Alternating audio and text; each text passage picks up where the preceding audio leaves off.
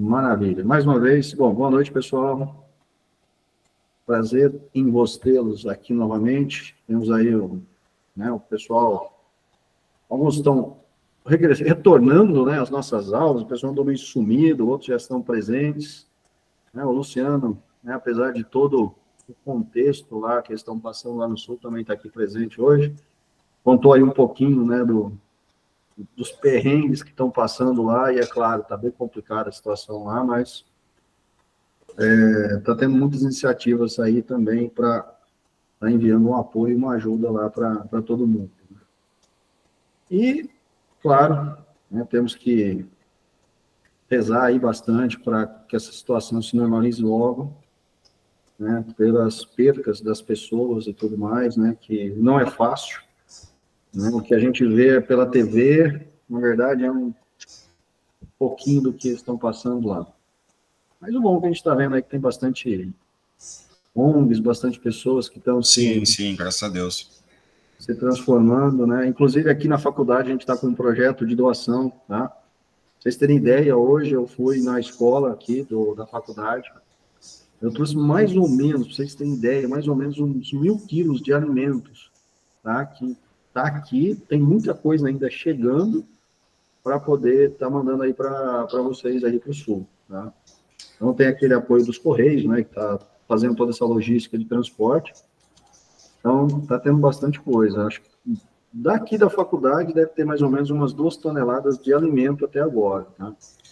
Então, assim, a população está, o Brasil inteiro, né, está se mobilizando para ajudar tudo isso. Então, um pequeno adendo aí, né, na nossa aula, mas o que a gente pode fazer, a gente tenta fazer da melhor forma possível, né, sem contar também, né, todo o apoio espiritual também que vai para vocês para estar passando e superando toda essa situação, que não é fácil mesmo, né? Mesmo não sendo afetado diretamente, mas, pô, tem amigos, tem parentes, familiares, trabalho, enfim, né? Um contexto, em geral, que causa tudo isso, né? Inclusive, tem outros colegas, o Augusto, por exemplo, já até me mandou mensagem que ele não vai conseguir, né? Talvez ele não conseguiria estar aqui hoje, por questões também de energia, internet, enfim, né? Sem contar também que ele não está na casa dele, né? Ele está na casa dos pais, se não me engano, que não foi atingido. Então, assim, é uma situação bem tensa, bem trágica, mas vamos superar isso e vamos vencer, né? Como a gente sempre vence aí todas as nossas dificuldades. Bom, pessoal, então, vamos lá. Entrando no nosso assunto aí de hoje, tá? Temos aqui alguns pontos, né, para a gente estar discutindo, né, nessas 4 semanas que vocês estão passando aí, né? Seria mais essa parte de servidores, camada de aplicação, né, o comportamento do JavaScript. E a gente vai entrar em alguns assuntos aqui. Um fato interessante, pessoal, e isso eu já venho falando também nas aulas, a gente não vai ficar só com o padrão de encontros virtuais, tá? A gente vai ter que fazer mais alguns encontros virtuais nessa disciplina. Eu quero fazer mais alguns, por quê? Porque a gente está entendendo todo esse conceito que vem na programação web. Mas a gente não está colocando isso tanto em prática.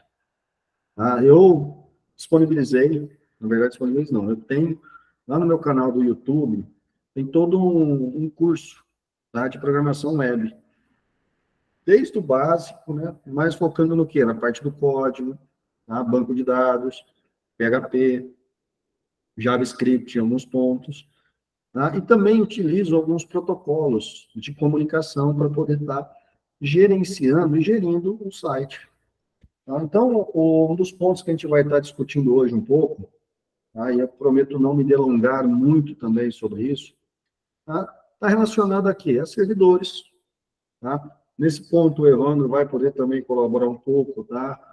Principalmente nessa parte de servidores web, né? Já que ele, vamos lá, né? Vamos fazer um marketing agora também, né? Que ele é fã do Linux aí, e a maioria dos servidores que a gente tem hoje de hospedagem está, né, sendo Linux, né? E aí vai depender do serviço que está sendo prestado, pode ser o Ubuntu, pode ser o Debian, né? Mas está tendo esse gerenciamento mais em Linux, principalmente por questões de custo, né?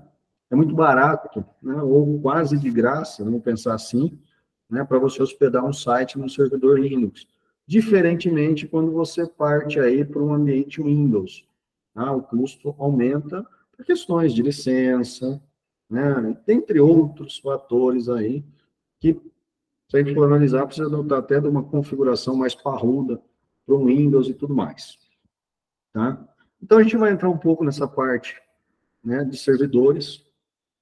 Eu já, no encontro virtual passado, fiz uma palhinha, né, de como a gente consegue transformar a nossa máquina pessoal num servidor, né, de hospedagem de página. Por que isso? É interessante para ter essa possibilidade de estar testando o site que a gente está criando, como se fosse um ambiente mesmo do servidor. Claro, a gente está rodando né, esse servidor, esse website, esse portal local, mas nós estamos simulando, né, um servidor web mesmo. Claro, algumas coisas a gente precisa tomar cuidado, tá? Por quê? Dependendo da forma com que a gente programa o código, local ele funciona muito bem. Só que a hora que a gente leva isso para um servidor web, a gente vai ter que fazer alguns ajustes. Então, principalmente na parte de caminhos, né? Quando a gente for fazer, talvez, um uso aí de um FTP para fazer um upload, um download de algum arquivo, de alguma imagem, a gente precisa estar o quê? Preparando esse caminho para que, da forma com que a gente programar local, ele funcione remotamente. Tá? Eu estou com um problema, né, já entrando nessa parte de servidor, relacionado à permissão.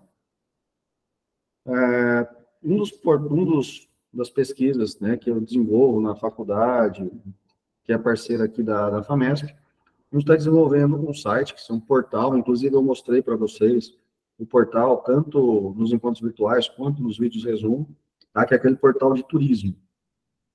Então, o que que acontece? Quando o cliente, né, ou o proprietário de um estabelecimento, vamos dizer assim, faz o cadastro do seu estabelecimento, do seu hotel, do seu restaurante, da sua barraquinha, enfim, o comércio que ele pode fazer o quê? O upload de algumas fotos. E aí, a gente usa, obviamente, né, para fazer, né, essa transposição da foto local para o servidor web, o que a gente faz? A gente usa um servidor de FTP. Né? A gente cria um serviço de FTP para fazer o quê? Esse upload. Beleza, localmente isso está funcionando 100%. Aí o que aconteceu? Precisamos colocar esse portal num servidor web. Precisamos que outras pessoas tenham acesso remoto a esse portal. Bom, beleza. Faz o upload dos arquivos lá para o servidor, configura banco de dados, né, configura a string de conexão, para usar senha, o endereço do servidor, o nome do banco de dados, belezinha, usuário, senha, perfeito. Conecta com o banco de dados, faz o cadastro, alteração, exibição, bonitinho. Vou fazer o quê? O cadastro de um novo comércio. Cadastro as informações, adiciono as imagens. No momento que eu vou fazer o upload dessas imagens, o servidor barra. Por que que barrou? Pois é, essa é a grande charada da história, essa é a grande questão. Eu ainda não descobri por que que barrou. Conferi o código, o caminho para fazer o upload, o serviço de upload, né, que no caso é o serviço do FTP, está funcionando, está configurado, perfeito. Entrei em contato com o pessoal que gerencia o servidor.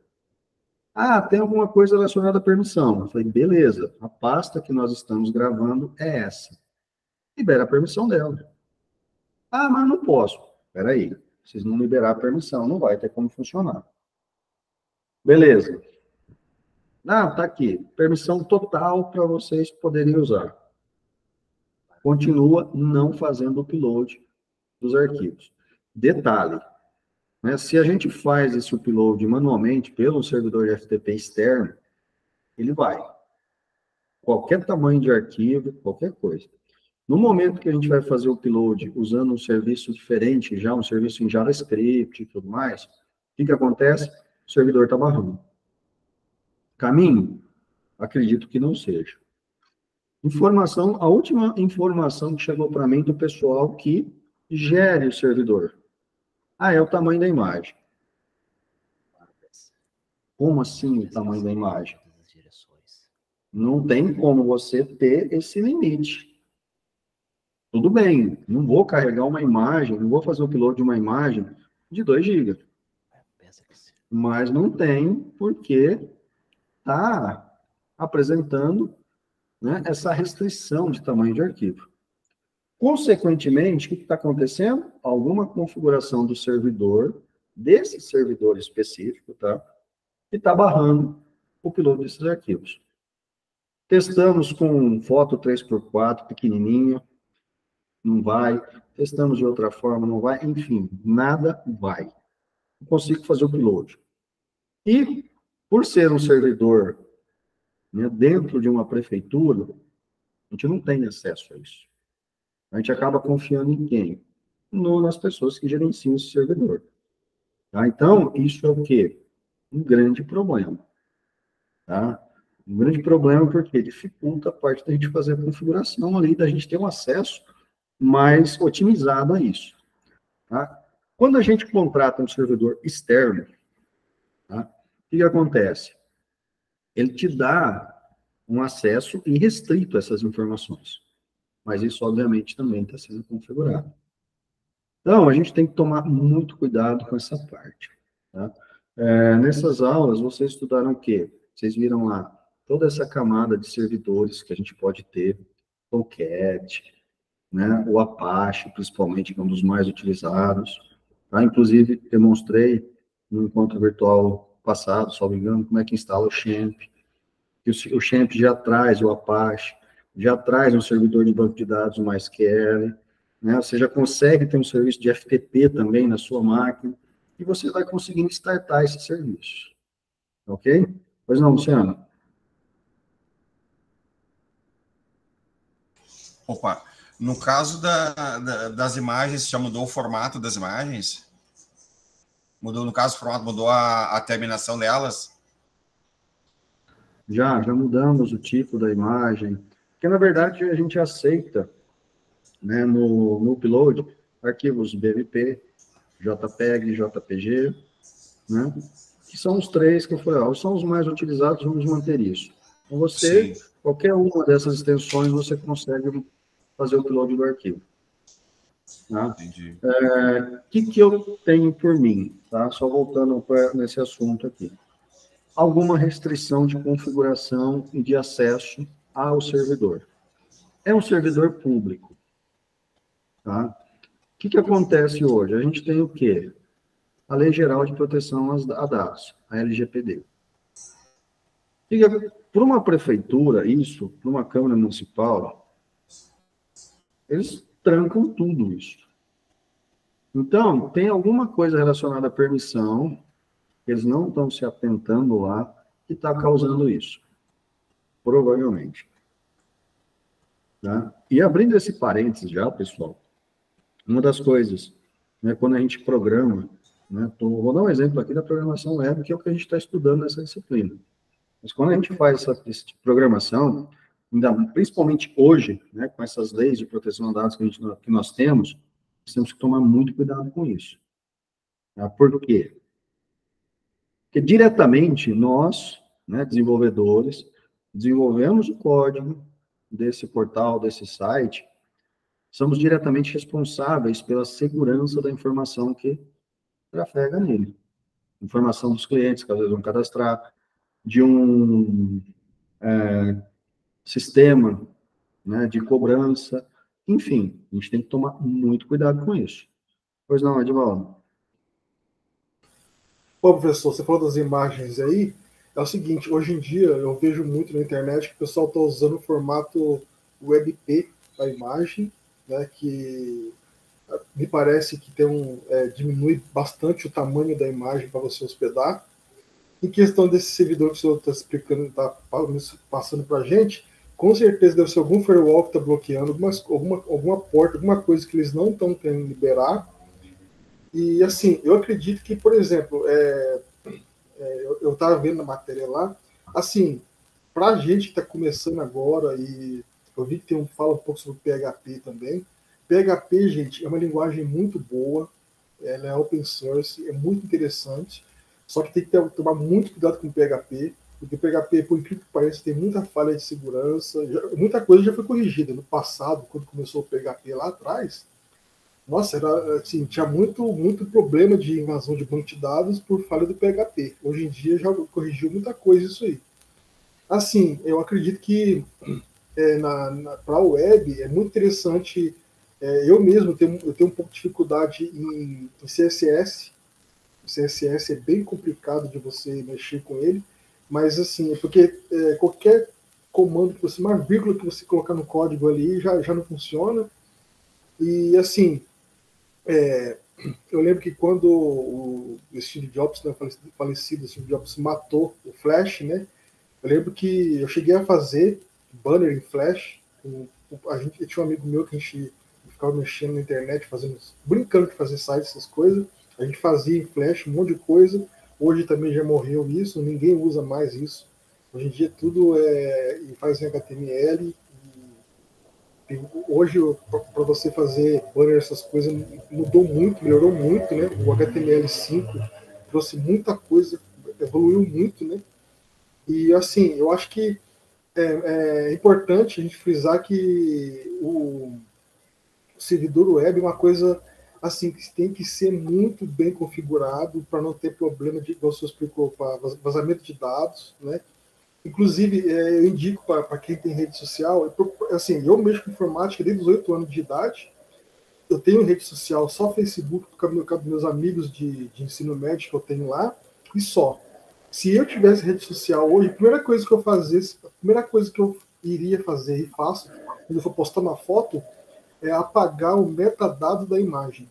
Hoje em dia tem site que você faz isso, você pega a sua foto, você põe no Google lá, apagar metadado de imagem. Aí vai aparecer um site lá, você pega a sua foto, coloca nesse site, manda executar lá o programa lá dentro do site, ele vai apagar o metadado da foto. O que é o metadado da foto? O metadado da foto é as informações de localização, longitude e latitude, que você tirou sua foto, o celular que você usou, a câmera que você usou, quantos pixels tem a foto. Então, com essas informações, a pessoa consegue até achar o local que você tirou essa foto. Então, eu sempre, no Facebook, eu acredito que alguns sites já devem ter isso por padrão, quando você manda a foto, ele já faz essa proteção e apaga o metadado. Mas eu não tenho como confirmar se os sites fazem isso. Mas por segurança eu faço.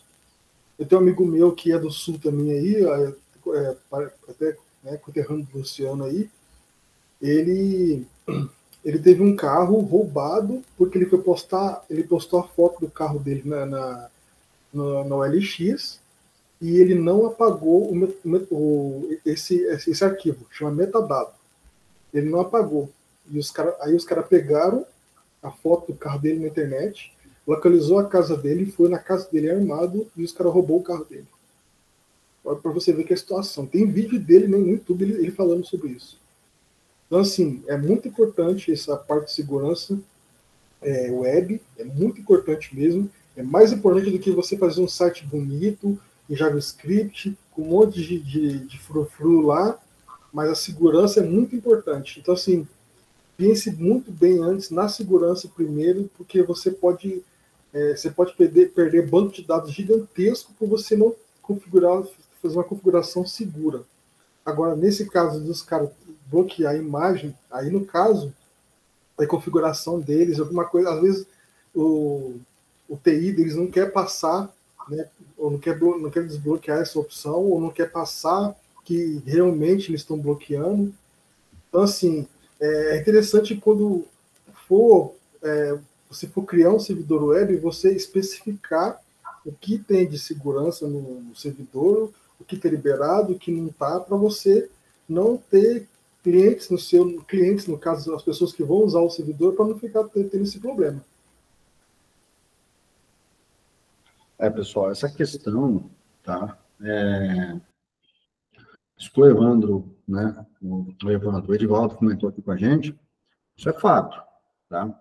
Eu tenho só um adendo para fazer com relação a essa parte do metadados que ele comentou das fotos. A gente tem que também tomar muito cuidado com a questão dos metadados, sim, tá? Mas, por exemplo, se você, ainda mais hoje, tá? Vamos considerar assim. O que acontece? Por exemplo, a gente faz uma foto, várias informações são gravadas, né, nesse arquivo de foto.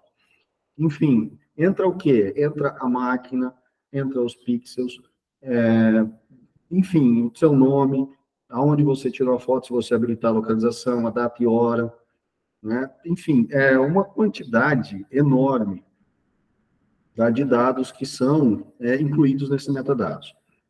Se vocês pegarem, por exemplo, máquinas da Nikon, né, da Canon, elas já têm isso já, e você tem uma configuração enorme na própria máquina fotográfica para estar embutindo esses metadados. Um ponto interessante. O que acontece hoje? Isso já aconteceu e já gerou processo, e o fotógrafo ganhou isso. Tá? E detalhe, tem um outro caso também já, saindo dessa parte, aonde, indo para a pesquisa científica, teve uma pessoa que perdeu o título de doutor dela por causa de uma foto. Tá? E como foi provado que aquela foto que ela colocou na pesquisa dela, referenciando ela, não era dela, através dos metadados. Tá? Então, o que um outro pesquisador trabalhou, fez uma pesquisa, fez um projeto, desenvolveu, chegou a um resultado, colocou uma foto desse resultado. Era uma pesquisa na área médica, tá? Então, era uma foto de microscópio, alguma coisa assim.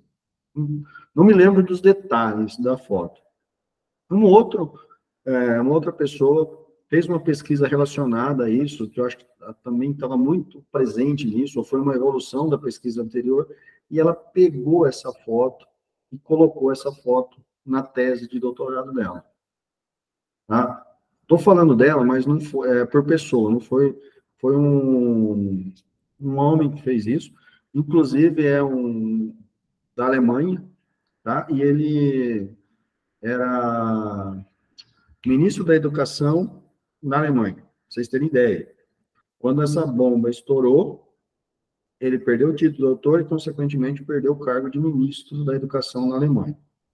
Tá? Isso foi um processo aí bem demorado, tá? E foi comprovado que ele tinha plagiado a foto pelos metadados. E era fácil de resolver isso? Sim, nesse caso era só colocar a referência do pesquisador anterior. Tá? O pesquisador necessariamente tinha feito a foto. Tá? E ele simplesmente ele colocou como se a foto fosse dele. Um outro ponto também, essa questão de segurança de metadados, está relacionado a quê? Hoje a gente coloca, por exemplo, uma foto no Instagram, uma foto no Facebook, uma série de fotos que a gente tem, e isso está disponível para qualquer pessoa, tá? A gente consegue hoje baixar várias fotos, várias figuras, várias imagens, enfim, de uma infinidade de personalidades, de pessoas, famosas ou não, e usar essas fotos. Como que a gente faz para poder usar essas fotos segundo, né, sem nenhum problema de lei? Pede autorização para a pessoa. Tá? Direitos autorais para usar isso, como o Luciano colocou. Ah, mas não quero saber de direitos autorais. E outro, o cara não vai saber que eu estou usando a foto dele. Pode ser que ele não saiba, porque você fez um uso restrito dessa foto. Mas muitas vezes a pessoa não faz um uso restrito. O pessoal pega uma foto online, ninguém vai pegar, põe numa publicidade, num banner, num cartaz da empresa e acha que está beleza. Isso divulgou online, já teve fotógrafos, tá, que entraram com processos contra tanto empresas de propaganda e marketing, profissionais autônomos, que usou fotos. Tá? E ganhou, por quê? Porque no metadados tinha os dados de onde ele fez a foto, o nome dele, enfim, toda uma relação do que foi feito. Então, a gente tem que tomar muito cuidado com isso. Às vezes é interessante apagar, concordo com o Edivaldo, às vezes é por quê? Porque ele dá os dados da gente, tá? Mas, muitas vezes, se a gente é um profissional que trabalha nessa área, às vezes não é interessante a gente fazer isso. Eu estou divulgando a foto, mas eu não estou dando os direitos dos outros usarem essa foto. E se alguém usar sem a minha autorização, por exemplo, eu posso entrar na justiça e tem os metadados para comprovar isso. Tá? Então, a gente tem que tomar muito cuidado com relação a isso. Os protocolos de segurança têm que ser muito bem configurados, têm que ser muito bem tratados. Por quê? Senão a gente vai ter grandes problemas. Tá? Muitos problemas. Como eu estava comentando, a gente está trabalhando com desenvolvimento web. Tá? Ótimo. A gente vai trabalhar com o quê? Com dados. Dados de quem? Pessoas. Endereço, telefone, nome completo, enfim, documentação. E aí entramos no outro ponto, o quê? Pagamento. Se for um e-commerce, a gente vai ter que fazer o pagamento. A gente vai ter que ter uma forma de cobrar esse cliente. Como a gente vai fazer isso? Há alguns anos atrás, a gente desenvolvia todo esse processo. Vou fazer um pagamento por cartão de crédito. Implementava-se toda a lógica desse cartão de crédito, desse pagamento. Muitas vezes chegava até a ser um processo moroso, porque a pessoa cadastrava no sistema, não tinha uma integração com a operadora do cartão.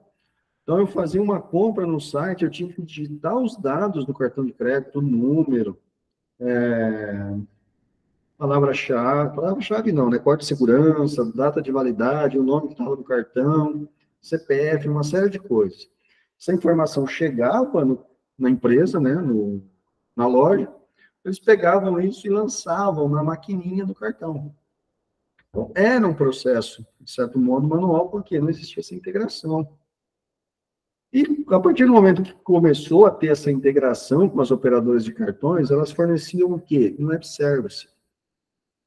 Mas um web service ainda mais simples, onde você, desenvolvedor, teria que pegar os dados do cartão e passar esses dados num padrão XML para o web service da operadora de cartão. Visa, Mastercard, Elo, enfim, o que está usando. Consequentemente, muitos desenvolvedores faziam o quê? Gravavam esses dados na base de dados da loja. Então, no cadastro do cliente, tinha lá número de cartão de crédito, tinha tudo ali. Eles guardavam isso porque se a compra falhasse, eles tentavam de novo. E eles precisavam dessas informações para mandar para o web service da operadora de cartão. Como a evolução, né? As operadoras de cartões também foram evoluindo a segurança, porque era muito falho tudo isso. Tá? Muito falho. Foram evoluindo e, consequentemente, aprimorando o web service. Passou-se a ter um outro raciocínio, uma outra, né, disposição para executar isso. Consequentemente, o pessoal que desenvolveu o site chegou à conclusão que não era mais interessante também ficar salvando os dados do cartão de crédito. Então, eram dados que eram digitados numa página, e passados para o web service da operadora de cartão e depois descartados. A operadora retornou alguma coisa falando que não está legal. Beleza, a gente congela a compra, avisa o cliente que ele vai ter que fazer o pagamento de novo, porque deu erro no pagamento. Mas a gente não vai guardar mais essas informações. Ótimo. Começou a mudar a segurança? Em parte, sim. Só que outro ponto crucial quando a gente trabalha com isso é como que a gente vai fazer a transição dos dados de uma página para outra. Como é que a gente vai fazer? Por exemplo, eu coloquei um CPF na página principal do meu site e eu quero que esse CPF acompanhe todas as páginas que estão acontecendo. Tá? Então, muitas vezes não, deixa eu só... Lá atrás, essas informações eram passadas aonde? Na barra de endereço do próprio navegador. Então, quantas vezes, talvez vocês não tenham passado por isso, né? Vocês são mais novos aí, tá? Mas quantas vezes que eu entrei num site, fui cadastrando os dados, e de repente, a hora que eu mudava de uma página para outra, o link, né, que estava lá no endereço www, né, http, www, alguma coisa, estava enorme. E aí, a hora que você ia olhar as informações que estavam nessa linha de endereço, você identificava teu CPF, teu nome, ou seja, você identificava uma série de coisas que estavam sendo passadas ali na barra de navegação na barra de endereço do navegador. Ou seja, qualquer pessoa que estivesse capturando, por exemplo, um vírus que estivesse capturando a tela do seu computador, ou alguém que estivesse vendo a tela do seu computador, conseguia extrair todos os dados. Por quê? Porque isso estava sendo transmitido de uma forma transparente, visível a qualquer um. Tá? Então, isso foi os primórdios do desenvolvimento web. Segurança, praticamente zero. Tá? Tinha várias formas de você fazer o quê? Invadir um site. Tá? Por exemplo, injeção de código SQL é uma das formas de invasão. Né? Você pegar e conseguir ter acesso a essas informações na barra, né, no link do endereço que você está navegando. Então, é uma infinidade de formas que a gente conseguia estar gerenciando isso. Eu cansei de acessar sites sem ter senha com injeção de código SQL. Cansei. Por quê? Porque não existia uma proteção nisso. Estava lá, login e senha. Ah, tá me tirando. Eu já mandava lá, 1 igual a 1. Senha, 1 igual a 1. Ou então ainda, fechava de alguma forma a instrução SQL na senha e colocava uma outra instrução SQL. Por exemplo, uma instrução SQL para retornar o nome do banco de dados. Eu dava Enter, o que acontecia? O PHP, né, como o Edivaldo falou, não tinha tanta segurança na época, tinha uma série de falhas, processava, abria a página, mostrando o quê? O nome do banco de dados. Por quê? Porque eu havia solicitado uma instrução SQL para pegar o nome do banco de dados. Já tem o nome do banco de dados. Como é que eu vou fazer para acessar agora? Vou ter acesso agora às tabelas desse banco de dados, vou começar a ter acesso às informações desse banco de dados. Ah, mas se tiver uma senha de usuário, vou dar um jeito de com injeção SQL, mas também contornar isso. Tá? Então, no site, usando instruções SQL, você conseguia invadir, tá, o próprio site. E aí você tinha acesso às informações. Quando a pessoa só tinha acesso às informações, ainda estava ok. O pior é quando você destruía, você dava um drop no banco de dados. Por quê? Porque você tinha acesso às informações. Você conseguia gerar isso. E tudo isso fazendo o quê? Digitando instrução SQL no test box lá de login e senha.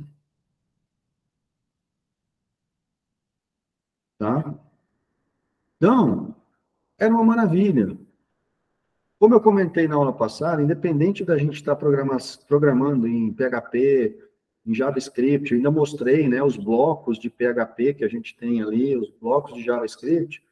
A hora que ele carrega essas informações para mostrar para a gente, ele converte tudo isso em HTML. O navegador consegue executar um PHP, consegue executar um JavaScript? Consegue.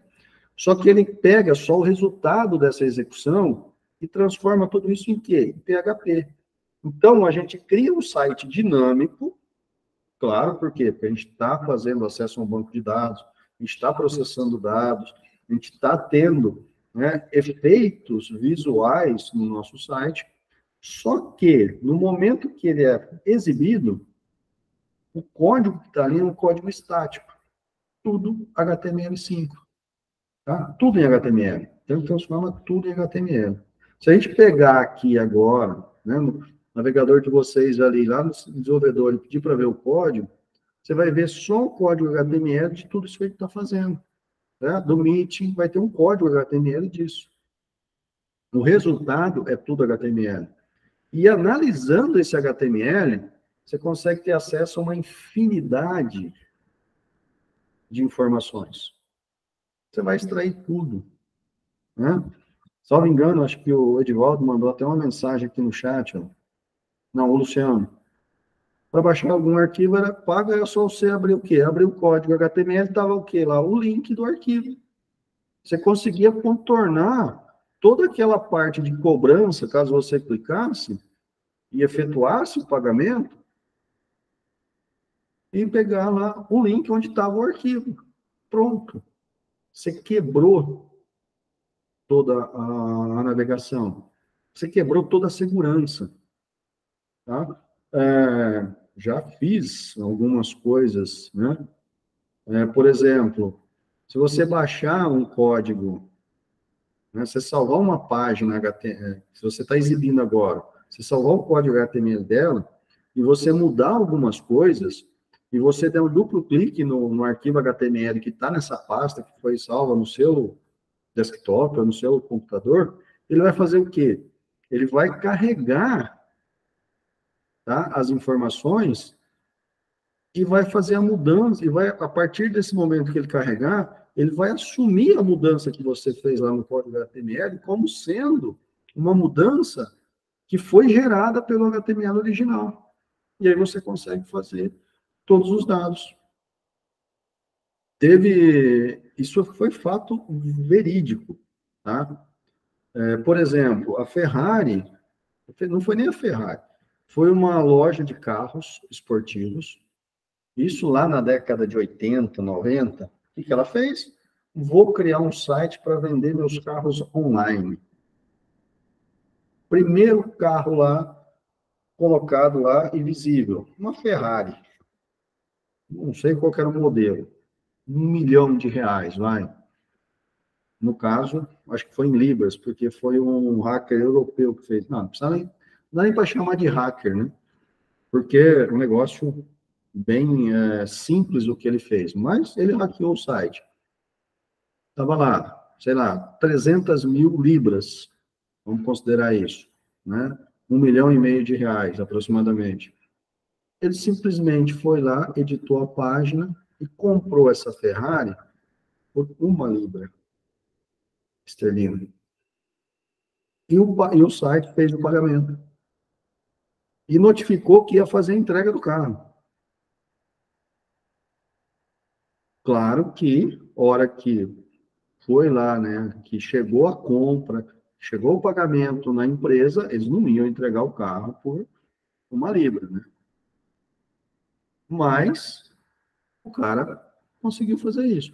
E segundo a lei, lá, salvo engano, acho que foi no Reino Unido, eles teriam que entregar esse carro, porque foi uma compra feita de forma, né, pelo site, e o site permitiu ele alterar o valor para poder fazer a compra. E isso se perdurou, pessoal, durante muitos anos. Você conseguia, por exemplo, você consultava um produto, via lá o valor, salvava aquela página HTML, alterava o valor e subia a página. Na hora que você subia a página, ele trazia o valor que você havia digitado e a partir daí você fazia a compra naquele valor. O que o pessoal começou a fazer com o tempo? Espera aí, eu não posso deixar e trabalhar com esse valor estático. Então, vamos tornar isso diferente. Beleza, o cliente está comprando os produtos? Está. Vamos mostrar o valor para ele. Mas o que a gente vai ficar transitando entre as páginas? O código do produto. E toda vez que envolve alguma coisa relacionada a valor, o que ele faz?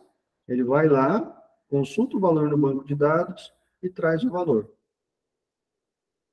Como eles fazem isso? E muitos de vocês já devem ter se deparado com isso. Vocês estão navegando num site de compra, no e-commerce, vocês veem um produto lá que custa R$100. De repente, a hora que você coloca esse produto no carrinho, ele vai para R$120. Por que que isso acontece? Provavelmente, aquela página tem um valor estático desatualizado, e a hora que ele vai para o pagamento, ele vai pegar o valor que está no banco de dados e atualizar o valor do banco de dados. Tá? Então, isso são formas, tá, que os desenvolvedores foram enxergando e foram instituindo essas boas práticas para desenvolver o site da melhor forma. Como que a gente consegue validar se isso está funcionando de forma correta? Vou voltar lá no início, transformando a nossa máquina, no primeiro momento, num servidor, num host. Tá? Nós vamos hospedar o nosso site, primeiramente, no nosso servidor. No encontro virtual, eu mostrei até a página lá, o diretório, no Xampp, né, que usa o Apache, aonde a gente consegue, a partir de todo o código que tiver naquela pasta, a gente vai rodar como se fosse no servidor web. Isso é configurável? É. Tá? Mostrei como faz a configuração para mudar essa página? Não. Por quê? A gente instala, o Xampp já define ali como a página do servidor, então a gente usa essa para facilitar o trabalho. Mas se vocês quiserem pesquisar para fazer essas mudanças, sintam-se à vontade, vocês vão conseguir fazer isso. Tá? Então, tem essas nuances que a gente precisa se atentar nesse processo de desenvolvimento. Tá? Isso é um dos motivos que eu quero esticar um pouco mais esses encontros virtuais, para quê? Para a gente sentar e programar um código desse jeito. Um código com segurança, um código onde vocês vão estar utilizando o quê? Os recursos, os conceitos que vocês estão aprendendo agora, tá? Os cursos onde vocês vão estar utilizando um arquivo CSS para fazer essa configuração. Mostrar, mudei aqui, mudei uma informação no CSS, ele muda o site. Então, a gente tem o quê? Desempenho com relação a isso. Tá? PHP. Muitas vezes a gente fala assim, o programa é em PHP. Como é que a gente vai trabalhar com esses dados? Get post. Em alguns casos, get post, beleza, pode usar. Mas em outros, não é bem assim que a gente vai fazer. Como que a gente vai trabalhar? Vocês teriam coragem, ó a pergunta, hein? De transmitir de uma página para outra o IP do servidor, do banco de dados, o usuário, a senha e o nome do banco de dados que vocês estão acessando? Eu não faria isso nunca na vida. Tá? Usando o método getPost. O que a gente faz? A gente usa o quê? Variáveis de sessão. Isso está embutido dentro do PHP. É uma das formas da gente ter segurança no PHP. Tá? Eu mostrei, no salvo engano, né, no encontro virtual passado, essa parte do getPost, com algumas informações, mas em outras, usando variáveis de sessão. E a variável de sessão, ela consegue transitar entre uma página e outra durante uma atualização. Tá? A gente consegue tratar isso. Então, isso envolve o quê? Uma segurança dentro do PHP, que é a linguagem que a gente está usando para desenvolver o nosso website. Isso quando ele tiver PHP, tá, pessoal? Muitas vezes a gente está desenvolvendo um site que vai ser um site estático, só HTML5 e CSS. Não vai ter nem acesso ao banco de dados. Então, tudo depende do que a gente definir lá no primeiro encontro virtual, naquelas 4 perguntas que a gente tem que responder. Tá? Quem que vai usar, qual que é o objetivo do site, quem que serão os usuários, os clientes, e o que ele quer fazer, e qual o perfil de que a gente vai usar no contexto aí geral. Tá? Ou melhor, no perfil de quem vai usar o site. Né? Vamos corrigir aí. Então, tudo isso são informações que a gente precisa ir tratando. Quando a gente pensa em quê? Em camadas aqui de protocolos que a gente vai estar utilizando. Ora, de cara, a gente está utilizando o quê? O HTTP. Por quê? Porque é o HTTP que vai fazer esse gerenciamento do quê? Do nosso HTML. É ele que vai fazer a transição dos dados, né, que a gente está usando. Ele que vai bater lá no servidor, pegar, né, a página que a gente está abrindo, Se é uma página dinâmica, ele vai executar um código PHP, um código JavaScript, formar o nosso código HTML final e apresentar para a gente no nosso navegador. Tá? Então, são informações que a gente está tratando. A gente consegue ter, né, uma segurança? Consegue. Mas a gente acaba utilizando o quê? A segurança do próprio protocolo. Porque é uma informação, né, estática que está sendo transmitida. Né? São hipertextos que estão sendo criados aí, a gente vai fazendo uma navegação entre eles. Agora, quando a gente pensa em que upload, download de arquivos, a gente está partindo para um quê? Para um servidor FTP. Pessoal, esse servidor FTP, ele também tem o quê? Ele tem uma porta que vai ser utilizada, ele tem um usuário e uma senha para acessar o quê? Esse servidor FTP. Então, o exemplo que eu dei, né, há pouco lá, que a gente está tendo problemas com o site. Tem uma segurança, tem uma proteção para fazer esse upload de arquivos? Existe. Existe uma configuração para tratar isso? Existe. Tá? Então, a gente pode fazer tanto essa configuração no próprio servidor, como a gente pode também gerenciar isso aonde? Dentro do nosso portal, dentro do nosso site. Então, a gente traz essas seguranças, né, esses protocolos de segurança, assume a bronca para a gente garantir essa qualidade e essa segurança na transição desses dados. Nós não podemos permitir, tá, que no momento que um usuário está fazendo um upload de um arquivo para o nosso servidor, ele tenha acesso à senha, ao usuário, obviamente até o servidor FTP que a gente está utilizando, para poder pegar outros arquivos.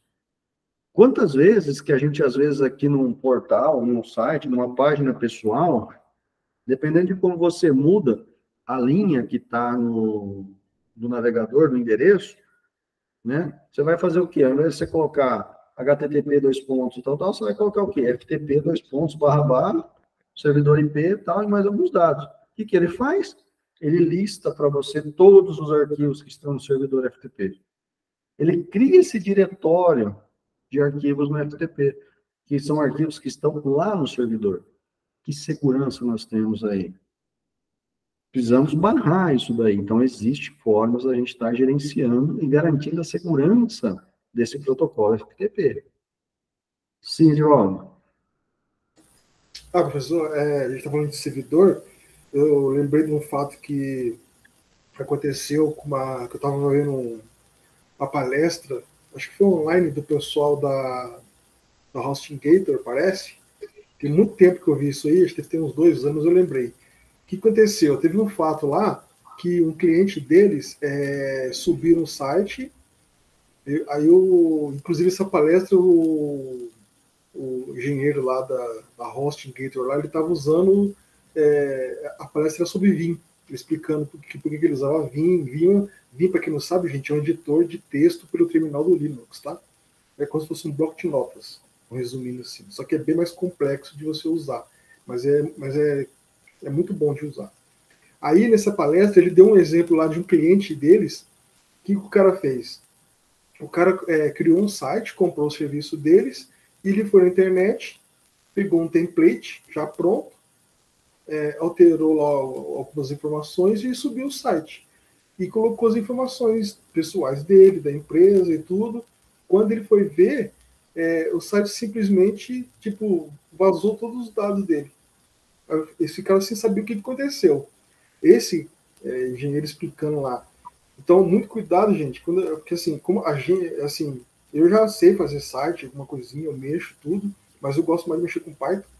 Aí, muito cuidado quando vocês forem tentar subir você, por exemplo, a gente pode usar um exemplo, né, que eu posso dar aqui, GitHub Pages. No GitHub Pages, você pode fazer um site e colocar online lá de graça, sem pagar nada. Tem vídeo no YouTube aí que ensina como você hospeda no GitHub Pages lá o site. É bem facinho de fazer.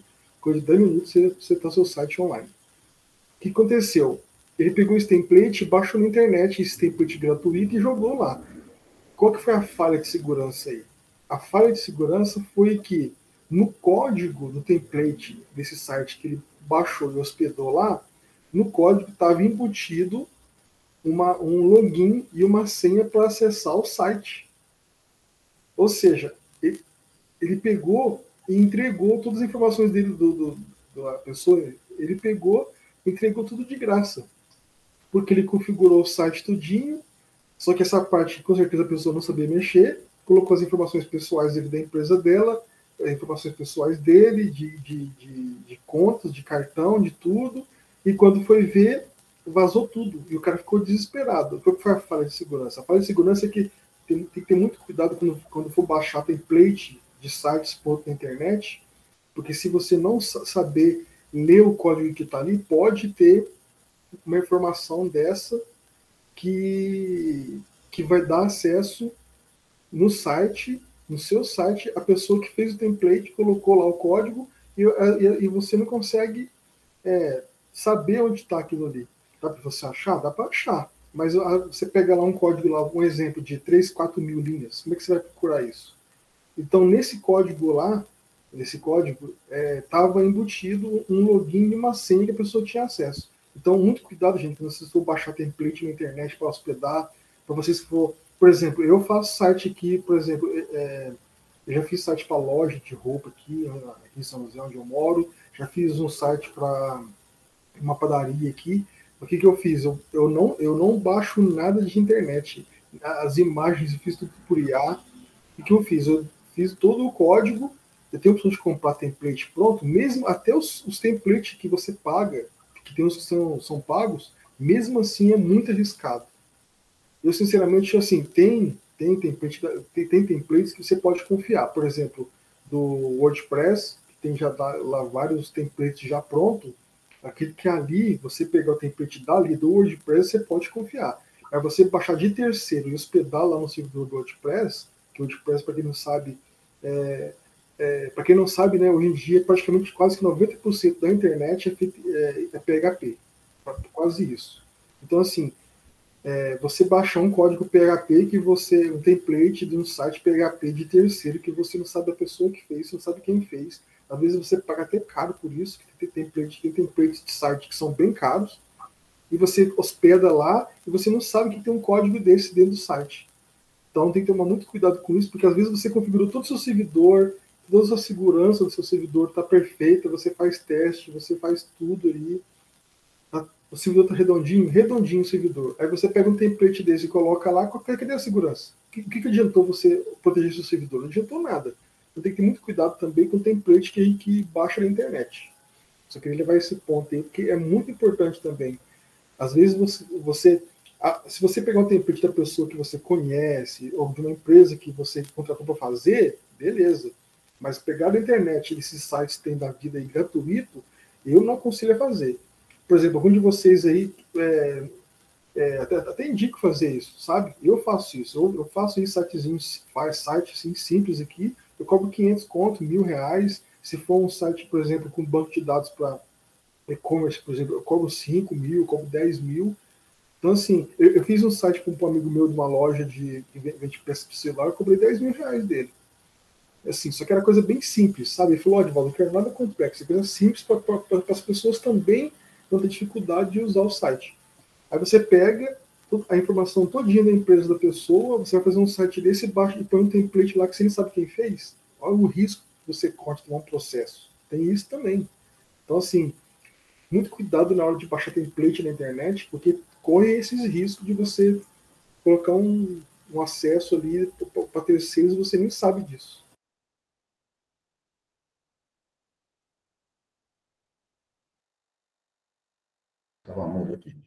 Bom, pessoal, essa questão de segurança, né, eu achei que o Edivaldo tinha caído.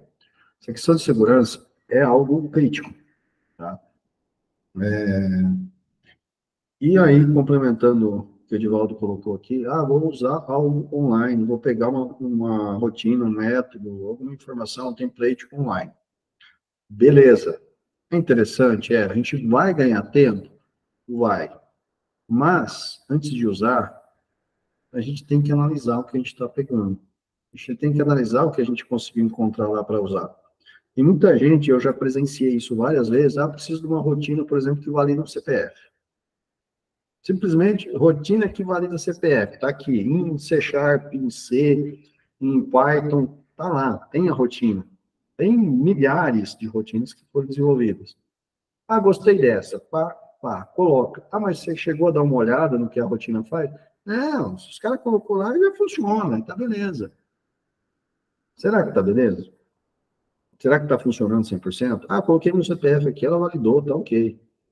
Mas será que ela está implementada, ela foi implementada de acordo com todas as regras de validação do CPF, com toda a questão de segurança? Será que essa rotina não tem uma falha de segurança, algum detalhe, né? Como o Luciano até colocou aqui, quase um cavalo de Troia, alguma coisa embutida ali?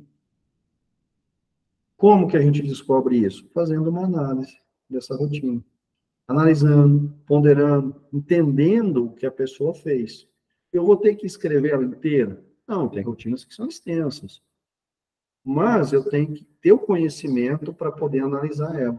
Eu tenho que ter o conhecimento para validar se aquela rotina, se aquele código está coerente. Então, hoje, cansei de passar trabalhos, né, de programação e o pessoal simplesmente, coloca lá. Se você pegar o código e colocar no Google, ele vai achar o site que trouxe aquele código, porque está idêntico. E aí você analisa o código. Beleza, funciona. Às vezes funciona, às vezes não funciona. E às vezes tem algumas surpresas ali dentro. Tá? E, na maioria das vezes, são surpresas, assim, traumáticas. Então, a gente tem que entender o que a gente está usando. A gente tem que tomar muito cuidado com isso. De tudo isso que a gente vem estudando, se vocês pegarem quantos, né, sites que elas prometem lá, crie seu site pessoal em 3 cliques. Beleza, tá lá. Um algoritmo que você vai, cria, traz figuras, pá. Ótimo, criou. E aí, eu quero implementar, eu quero mudar isso, eu quero fazer algumas coisas diferentes. Você vai conseguir? Não. Por quê? Você não entende o que o código ali está fazendo. A gente não sabe. Por quê? Eles criam os negócios muito loucos. Tem uma inteligência por trás disso? Tem. Mas a gente não consegue dar manutenção. Ou seja, a gente consegue fazer o que está alinhado ali. Vou pegar um template que vai me dar um site pronto. Beleza. Simplesmente vou trocar algumas informações? Vou. Mas, peraí, eu estou conferindo, eu sei, eu conheço o código PHP, por exemplo, que foi colocado nesse template, eu conheço o código JavaScript, que foi, eu consigo, vou nem dizer conheço, eu consigo identificar que tem um código JavaScript nesse template, e o que esse código JavaScript faz? Né? Então, a gente tem que tomar muito cuidado com isso, a gente tem que ter essa percepção. Então, quando a gente fala nessa questão de camadas, que a gente vai estar utilizando, principalmente quando a gente fala em SSH, que é um protocolo de segurança de serviço, é crucial.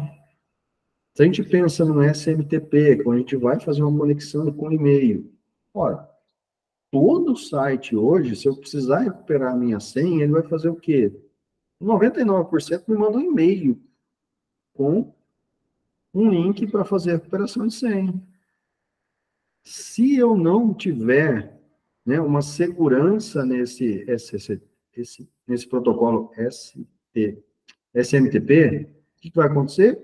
Eu vou poder ser hackeado nesse processo e esse link ser mudado, e a partir daí eu vou colocar uma senha em outro site. Né? O que acontece? A gente tem o quê? O protocolo DNS. O protocolo DNS é responsável por gerenciar o IP do site. Quantas pessoas, né? Não vou dizer que foram tantas, mas já teve hackers que conseguiram hackear o servidor DNS. E o que os caras fizeram? Os caras simplesmente conseguiram mudar no servidor DNS e redirecionando para o outro site. E detalhe, era um site do banco. Então, por exemplo, eu colocava lá bb.com.br, A hora que batia no servidor DNS, o que acontecia? Ao invés de direcionar para o servidor IP, né, para o IP do serviço, né, do site do Banco do Brasil, ele direcionava para um outro IP, que era um site fake. Você digitava a sua conta, a sua senha, enfim, teve uma época que você digitava também as letras, você passava todas as informações da sua conta para um site fake. E os caras pegavam isso, guardavam, pra vocês terem ideia, num arquivinho TXT, incremental, de todo mundo que estava acessando. E na hora que você tentava acessar, opa, serviço indisponível. O que você fazia? Está indisponível. Tentava outra hora. E depois que eles conseguiam informações suficientes para fazer o que eles queriam fazer, eles iam lá e alteravam novamente um servidor DNS para voltar para o site do Banco do Brasil. Mas eles já tinham todos os dados que eles queriam. Eles conseguiam fazer transferências, empréstimos, enfim, uma série de coisas. Tá? Por quê? Porque teve uma falha aí. Claro que é uma falha que não foi responsabilidade de um não foi de um programador no site. O pessoal invadiu o servidor DNS. Então, foi uma falha no próprio servidor de DNS. Tá? Então, fugiu da nossa alçada. Mas a gente tem que ficar atento com relação a isso. Pô, se a pessoa conseguiu desviar o meu DNS, o que eu vou criar no meu site? Não para ser para identificar isso, porque não tem como identificar. Mas para o usuário saber que o site que ele está acessando, ele é o site oficial. Aí, de uns tempos para cá, nós temos o quê? www2, que é o protocolo www, né, com mais segurança. Então, todo site que está hospedado no www2 tem uma segurança maior nas informações. É uma garantia, né, que aquele site ele é seguro. Tem proteção de DNS, enfim, uma série de coisas. Então, né, os protocolos, né, o W3C vem criando aí vários, né, algoritmos, vários protocolos para garantir cada vez mais a segurança da informação. Só que, quando a gente programa esse código sem cuidados, a gente acaba tomando e cometendo essas falhas. Tá? Então, todas as camadas que a gente está vendo aqui de protocolos, a gente tem que tomar muito cuidado com a utilização disso. Tanto o SMTP, a gente vai estar trocando e-mails, tá? A gente tem que tomar muito cuidado com relação a isso. Se a gente pensar, por exemplo, né, claro, o SSH, né, vai ter essa rede criptografada que a gente vai estar utilizando. Muitos servidores de e-mail utilizam o SSH. Muitas conexões com o banco de dados utilizam o SSH. Para quê? Para garantir essa segurança. Garantir o quê? Uma criptografia, tá, na transferência dos dados. Então, muitas vezes, a gente não precisa se preocupar em criptografar a informação que a gente está acessando. Mas a gente precisa se preocupar em utilizar o protocolo certo para isso. Por que não, né, fazer uma conexão com o banco de dados com a garantia da proteção da criptografia do SSH? A gente consegue implementar isso.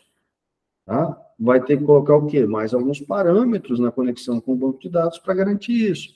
Vai ter que mudar uma configuração no banco de dados para que a gente conseguir usar a criptografia SSH.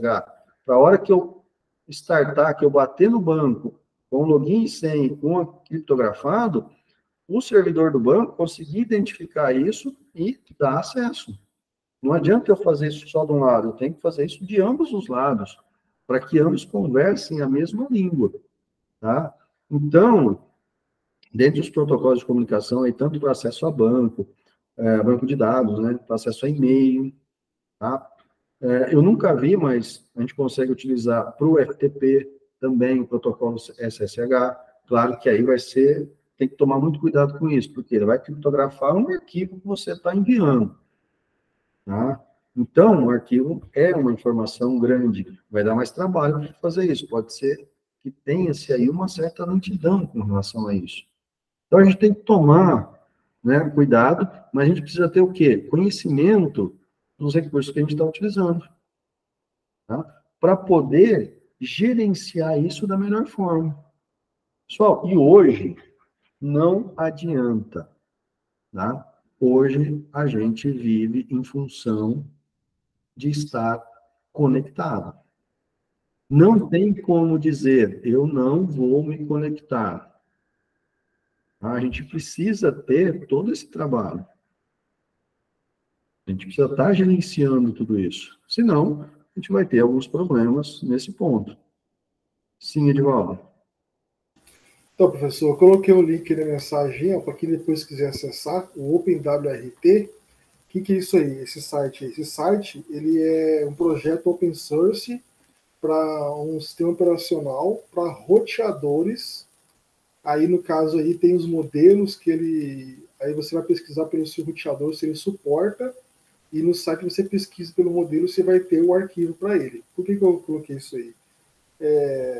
Teve um caso também, até que foi famoso na internet aí, que teve um cara que era técnico lá, desses operadores de telefone, ele colocava acesso SSH habilitado nos modems, nos roteadores, e ele conseguia pegar as informações dos clientes dele, ou seja, a foto que a pessoa mandava, todas essas coisas, e o cara depois chantageava a pessoa para não vazar essas informações. O que acontece? Hoje, os roteadores, eles vêm do fabricante com um software feito pelo próprio fabricante. No caso, por exemplo, para quem estiver usando um TP-Link, né, que hoje tem muito no mercado, o TP-Link, quem produz o software dele, quando você acessa para configurar lá a senha do Wi-Fi e tudo, é a TP-Link que fez aquele software.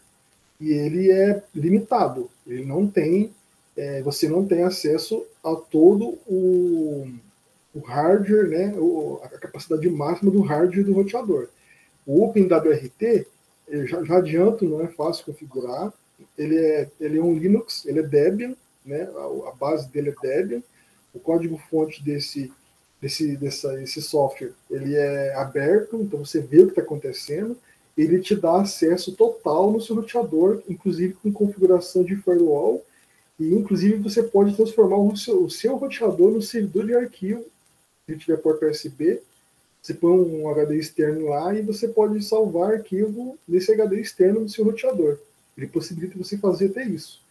E, assim, às vezes o pessoal fala, Linux é difícil, software open source é difícil. Muita gente fala isso, né? Eu, não, sinceramente, até o professor já viu várias vezes eu comentando aqui nas aulas já, eu não sei porque as pessoas usam Windows ainda. Eu acho um absurdo. É tanta falha que tem. E assim, o código open source ele tem essa vantagem de você fazer N coisas com ele.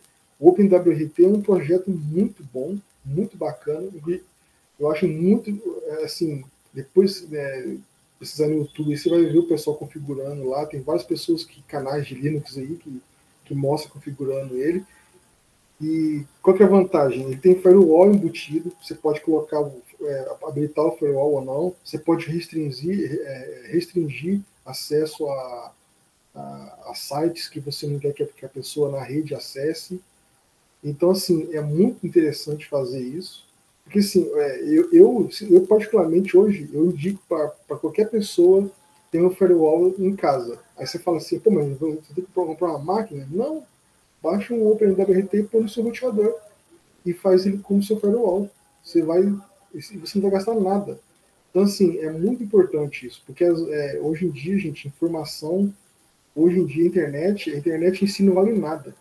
O que vale mesmo é a informação. É a informação das pessoas que vale muito dinheiro. Então, assim, por que a gente vê N empresas aí, o Facebook mesmo, no ano passado teve aí que estava rastreando das eleições americanas lá, que até que o Mark Zuckerberg teve que ir lá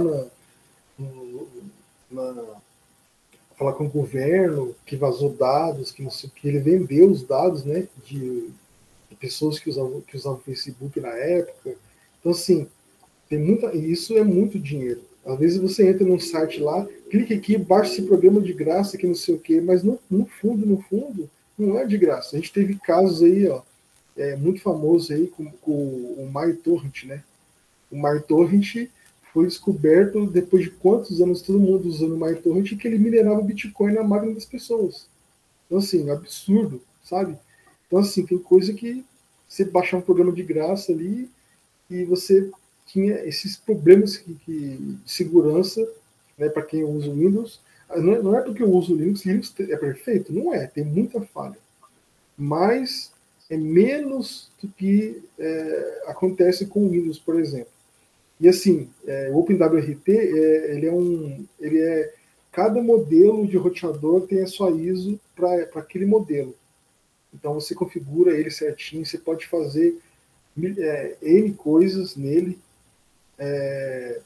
Eu indico para quem tem roteador que suporte o OpenWRT, usar ele, é muito bom.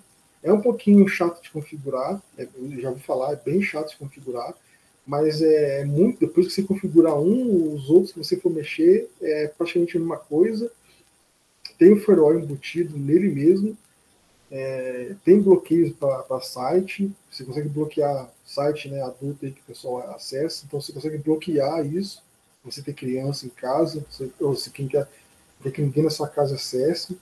Aqui onde eu moro aqui é um prédio de 2 andares, e a internet aqui eu que cuido. Todos os roteadores aqui eu coloquei OpenWRT, todos. Habilitei algumas segurança, algumas, né, não todas, mas e funciona, já está uns 2 anos já, nunca deu problema, nenhum roteador deu problema, tudo funcionando até hoje. De vez em quando eu vou lá e sai atualização, eu vou lá, acesso aqui pelo navegador e atualizo o roteador. O software, né, o OpenWRT, ele tem atualização e, assim, eu indico muito, principalmente para quem vai fazer serviço em empresa mesmo. Eu já fiz vários serviços até em residência mesmo, a pessoa, eu clico no roteador aqui, não sei o quê, eu vou lá e faço, explico, coloco o OpenWRT, explico para a pessoa se ela quiser trocar a senha do Wi-Fi, o mínimo ali, né, para ela mexer. E já fiz, olha, aqui não mexe, não sei o que, explico certinho, porque é segurança. Infelizmente, hoje em dia, a gente vive num mundo que, ontem mesmo, eu estava assistindo o Vilela ontem, né? Teve um caso lá que o pessoal estava dando golpe no Pix na ajuda do pessoal do Sul. Aí, pelo amor de Deus, gente. Sabe, o ser humano, infelizmente, a gente... Aí o pessoal fala assim, mas isso é Brasil, que não sei o que, brasileiro. Cara, em qualquer lugar é assim. A pessoa, eu sempre falo isso, a pessoa pode ser da sua família. Se ela tiver uma chance de tentar ganhar dinheiro nas suas custas, ela vai tentar usar. O ser humano infelizmente, tem disso. Não é só no Brasil. A gente vê, eu vejo muita matéria, o pessoal fala, teve aquele fato do médico também, se esse professor lembra, aquele médico lá que colocou a senha, o login e a senha dele no GitHub lá do acesso no software do Covid. Se você lembra disso, que vazou na internet, deu um bafafá danado. Então, assim, gente, a gente começa por ele, são correntes, né? Uma corrente e os elos vão se estourando e chegou. Cara, como é que um cliente como é que um médico, que é uma pessoa que não tem conhecimento de informática, tem acesso a um GitHub de um software que está no Brasil inteiro funcionando, sabe, saúde das pessoas, mesmo assim os caras foram lá e hackearam e colocou tudo e vazou tudo na internet. Então, assim, tem que ter muito cuidado com essas coisas aí. Eu indico aí depois, para quem quiser, tem no YouTube aí vários vídeos aí sobre o OpenWRT, é um software muito bom, é de graça, você não paga nada. A única limitação que ele tem é que ele não roda em todos os roteadores. Mas é muito bom, vale a pena testar. Só isso que eu queria dizer. Já não gostei, não funciona no meu roteador. Pode esquecer esse site. Agora vocês vão começar a discutir isso daí. Vão começar a brigar. Mas aí... Não, eu vou colocar mais fogo ainda. Quem nasceu primeiro, ovo ou galinha? A galinha, o ovo foi botado. Pronto, acabou a discussão. Exato. Fechou. Vamos lá, pessoal. Então, essa questão de segurança, a gente tem que tomar muito cuidado, né? Como eu até mencionei, muitas vezes, por mais segurança que a gente tenha no nosso site, que a gente está desenvolvendo, outros recursos podem ser atacados e, a partir daí, né, vazar essa segurança. Então, a gente tem os protocolos, né, que a gente utiliza, né, no nosso site, no desenvolvimento desse site, que a gente vai utilizar na operacionalidade desse site, e a gente tem que tomar cuidado com esse protocolo que a gente está utilizando, em relação à segurança, entender esses conceitos, quando e como utilizar esses protocolos para a gente garantir, né, o fluxo da informação. Mais uma vez, tá? As leis estão aí. E a gente tem que tomar cuidado com isso, porque um vazamento de dados hoje, dos grandes não acontece nada, mas quando é pequeno, alguma coisa vai acontecer. Aí a gente pode ter grandes problemas com relação a isso. Então a gente tem que tomar muito cuidado, né, com esses detalhes. Por isso que é interessante a gente ter, né, em mente e ter o conceito desses protocolos que a gente está utilizando, que a gente está desenvolvendo. Um outro conceito que vocês também viram essa semana está relacionado ao quê? Ao JavaScript. Como utilizar o JavaScript? Como implementar um JavaScript? Tá? Claro que a gente precisa instanciar o JavaScript para que a gente possa estar utilizando e, consequentemente, depois a gente consegue, né, estar implementando também com o JavaScript rotinas dinâmicas no nosso portal. Tá?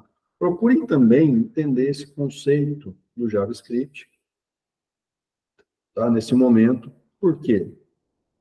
Porque no próximo encontro virtual que a gente fizer, a gente vai pôr a mão na massa.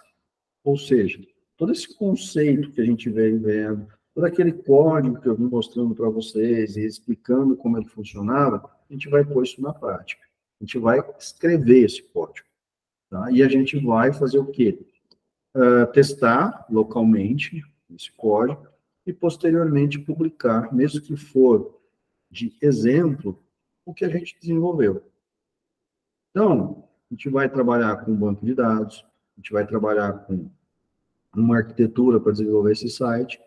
Vou dar um exemplo de uma arquitetura que a gente vai estar utilizando, mostrar por que a gente está utilizando essa arquitetura e implementar esse site. A gente vai conseguir fazer isso num único encontro virtual? Não, com certeza não. Por isso que eu disse para você, a gente vai trabalhar um pouco mais com relação a isso.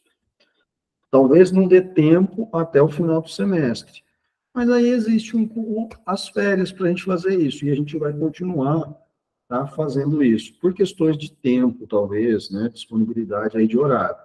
A gente vai implementar pelo menos um site, né, com algumas nuances aí para vocês entenderem todo esse conceito.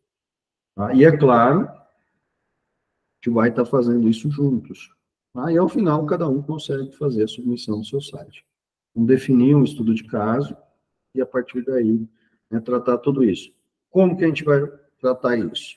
A gente vai usar, né, o que tem aí de novidade, tanto do PHP quanto do JavaScript, também do CSS, do HTML, para poder estar implementando isso. Tá? Tem muito recurso novo, né? Então a gente pode até programar em PHP orientado ao objeto, que vai garantir para a gente uma segurança maior, né, nos dados, na transição das informações que a gente está utilizando, e a gente vai ter um ganho aí também, né, de desempenho e de reaproveitamento de código. Tá? Então, tem bastante coisa aí para a gente estar, né, sincronizando e tudo mais. O que eu peço para vocês nesse momento? Entendam os conceitos que vocês estão estudando, principalmente nessa semana. Né? Tem essas 4 semanas que a gente está estudando agora. Tem 2 semanas ali que é basicamente conceitual, né? Toda essa parte, né, do HTML, toda essa parte dos protocolos, toda essa parte dos servidores, tá? Entenda um pouco essa questão dos servidores, como eles funcionam, como faz a instalação, tá? No caso, eu mostrei na aula passada do Champ, que instala o Apache, como usar o Apache, tá? Qual que é a pasta, né, que o Apache usa para hospedagem do site, como a gente faz tudo isso, e depois como a gente consegue executar esse site, tá, localmente.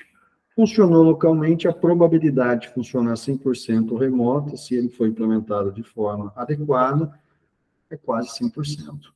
Aí a gente não vai ter tantos problemas com relação a isso. Beleza, pessoal? Alguma dúvida, alguma ponderação com relação ao que a gente discutiu hoje? Sei que a gente trabalhou basicamente, conversou muito, principalmente sobre o quê? Sobre a parte de segurança, tá? Que é crucial, tá? E era um dos pontos que eu gostaria que vocês entendessem bem nesse conceito, né, dos protocolos de comunicação. Tá? Eu queria deixar só uma dica, só, professor, para quem, não sei se todo mundo já mexeu, ou tem oportunidade de mexer, ou procurar entender como é que funciona, para não ter que instalar muita coisa na máquina, ou às vezes o seu notebook ou PC não suporta, tentar dar uma olhada no Docker, que é muito interessante para testar as coisas, eu acho muito bom. O Docker ele não é uma máquina virtual, mas você consegue hospedar um site, você consegue instalar o Docker e colocar uma imagem lá, por exemplo, do Debian Minimal, né, para você criar o seu servidor web, e tipo, dentro do Docker, você não vai afetar nada na sua máquina, nada que você esteja fazendo na sua máquina real, né? Então o Docker é muito bom para isso. O Xampp, que o seu Paulo explicou aí também, é muito bom também. Mas aí, no caso, você tem que instalar as coisas na máquina, né? Na máquina real. O Docker, você roda um servidor à parte, né, na sua máquina, não é pesado. Tem alguns sites também que você tem essa opção de você hospedar o site. Eu dei o exemplo lá do GitHub Pages. No YouTube lá tem vários vídeos do pessoal explicando como é que você hospeda um site seu dentro do GitHub Pages. Mas o Docker eu acho muito interessante, porque o Docker você pode fazer N coisas, não só como site. Você pode rodar aplicativos, apps, né, que você faz, né? Eu estava conversando com o meu vizinho aqui, o filho dele trabalha aqui no ITA, aqui em São José dos Campos. Estava conversando com ele, com o filho dele, e ele falou assim que lá eles usam a área que ele trabalha lá, ele programa em Java, e eles faz todos os testes usando Docker. É tudo Docker, eles não usam na máquina real. Achei muito interessante isso. Inclusive, conversando com ele, ele falou que eles estão tá para abrir, parece, vaga para contratar pessoas, para programadores que estejam formando ou que já formou. Eu fiquei até interessado, óbvio, né? Mas assim, o Docker é muito bom. Às vezes pode parecer tem o Kubernetes também, só que o Docker acho que está mais conceituado já no mercado. Mas eu aconselho a quem puder depois entra no site da Docker lá e lê o paper lá, lê lá o manual lá deles, você já vai entender muita coisa. Não é um bicho de sete cabeças, não é uma coisa que vai consumir muito tempo. Eu acho muito bom o Docker. O Docker tem vários recursos Muito. que a gente consegue estar utilizando aí. Tá? Dependendo do que eu estou fazendo, eu gosto de usar o Xampp, por quê? Porque ele é leve, tá? E o outro, a parte também é bem leve de estar executando, mas que ele também é leve. E ele tem um gerenciador desses serviços. Então, eu estou usando, eu habilito o serviço, parei de usar, eu vou lá e desabilito o serviço. Então, com isso, a gente consegue ter algo assim mais tranquilo e o serviço não fica o tempo todo em execução na máquina. Sem contar que no processo de instalação ele já faz essa instalação, né, completa. Então já instala abaixo, já instala mais quieto, então facilita muito isso. Tá? Outra coisa também, para quem está usando o editor lá da Microsoft, o VS Code, tem o VS Code 1, que é o VS Code, praticamente a mesma coisa, só que ele é open source e não tem telemetria da Microsoft. E eu estava vendo no site deles hoje lá, tem um plugin lá deles que eu estava vendo lá, tem para o VS Code também, que é o Live Server 5, que ele já roda código em PHP. Então você não precisa nem instalar o Apache e o Xampp. Dentro do próprio plugin do VS Code, ele já roda o site já. com esse plugin instalado. Esse Live Server, Live Server, o nome do plugin. Provavelmente ele tem, né, alguma coisa aí relacionada. Já embutido. Já embutido o Apache, o MySQL aí. E provavelmente, talvez, né, vou falar alguma coisa aqui, como eu não conheço, vou ter que dar uma olhada, mas vou falar assim mesmo. Às vezes ele faz a instalação e deixa o serviço rodando, né? Isso mesmo. Eu acredito que ele faça isso mesmo. Eu não cheguei a testar, mas eu vi no site lá que tem lá. E na descrição do plugin ele fala que roda PHP direto. Sim. Então, tem várias formas, pessoal, tem várias ideias que a gente consegue estar desenvolvendo. Se a gente quiser, a gente consegue desenvolver isso no bloco de notas, né? Mas, claro que com uma IDE isso fica bem mais fácil, bem mais tranquilo. Né? Então, a gente consegue estar tendo aí vários recursos para poder estar trabalhando e estar gerenciando isso.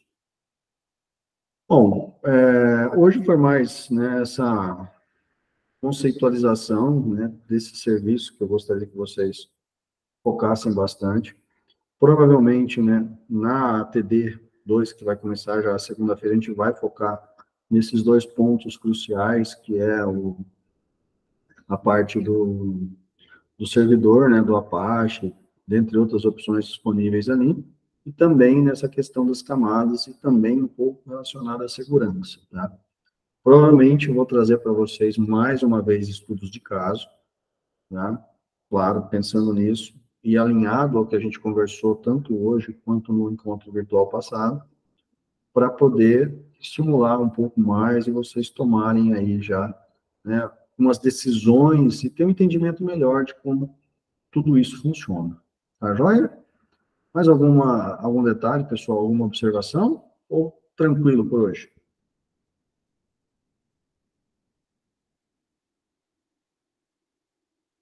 Só queria ressaltar o professor que eu não vejo muito sendo utilizado, mas eu sei que alguns sites são feitos, são sites feitos em ASP. Para quem não sabe, a ASP foi feito pela Microsoft.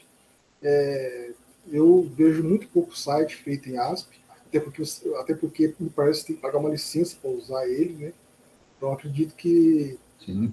Então, assim, é interessante comentar, porque às vezes você vai entrar no site e você vê escrito lá, .asp no final. Então você fica meio assim, né? Que site que é esse? O ASP, para quem não sabe, aí é feito pela Microsoft para desenvolver site. Eu acho que, sinceramente, eu acho que só eles usam. Só eles usam o site deles. Eu acho que acho que nem eles estão usando mais. Mas, assim, dá para fazer muita coisa. Por exemplo, o YouTube mesmo é feito em Python, né?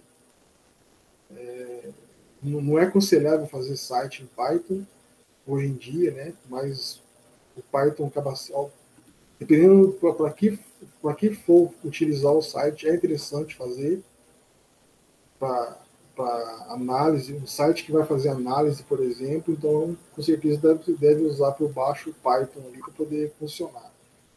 Sim, com certeza vai ter alguma função em Python, obviamente, vinculada ao HTML. É crucial.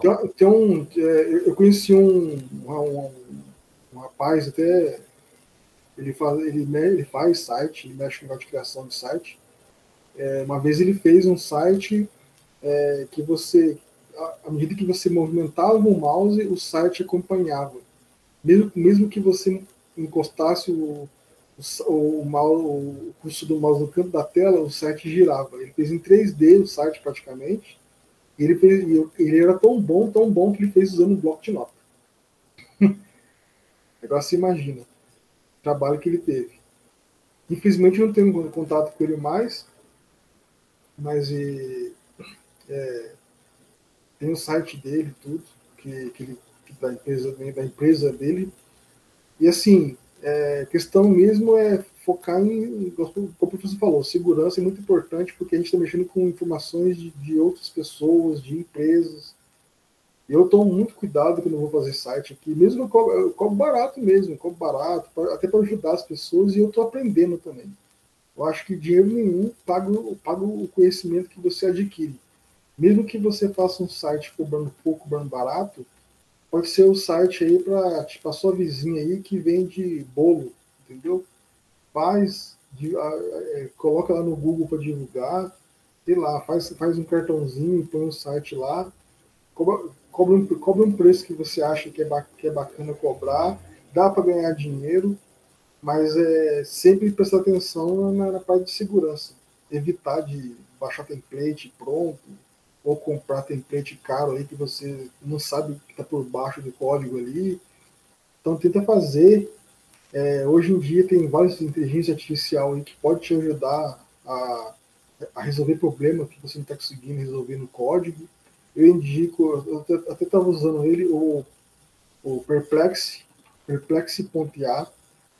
É uma IA muito boa para você pesquisar, ver código, porque às vezes você faz o código lá bonitinho e dá algum erro, você não consegue achar, então você coloca ali, você faz a pergunta, você põe lá, você põe o código, o erro que está dando, então ali ele vai te ajudar a falar o que tá dando problema.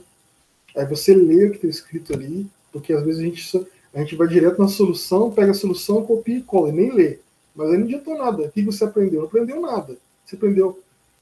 Às vezes pode ter uma falha de segurança ali, né? E você não percebeu. Então, é muito importante que qualquer coisinha. Por exemplo, eu uso o Linux há muito tempo e eu vejo o pessoal colocando muito código de Linux aí na internet para executar no terminal, mas você sabe o que aquele código ele faz? Você corre um risco muito grande também. Então, assim, mesmo assim, você pega e analisa o código. Tem um site, acho que chama Vírus Total, se não me engano, acho que é virustotal.com, alguma coisa assim. Se você baixar algum executável, no caso para o Windows, né, um arquivo .exe, antes de você instalar na máquina, você manda para esse site e ele verifica se tem vírus. De graça, você não paga nada. Tem um limite ali do coisa, acho que é 500 MB, parece. 200 MB, eu acho. Mas você consegue pegar um arquivo .exe executável, jogar nesse site e ele verifica se tem vírus naquele executável. Ele te dá tudinho ali o que tem ali de arquivo ali. Então, assim, são coisas mínimas e às vezes pode salvar você na hora de estar colocando um vírus no computador, uma coisa desse tipo. Então, presta atenção bastante nesse template pronto. Eu já usei template pronto. Lá atrás, quando eu não sabia nada, eu pegava, tipo, era código HTML e CSS só. Eram dois arquivinhos ali que não dava 1 mega. Eu pegava e não tinha essa consciência de pegar e olhar, mas era para mim, às vezes era para coisa que eu estava testando, que eu estava vendo como é que funcionava.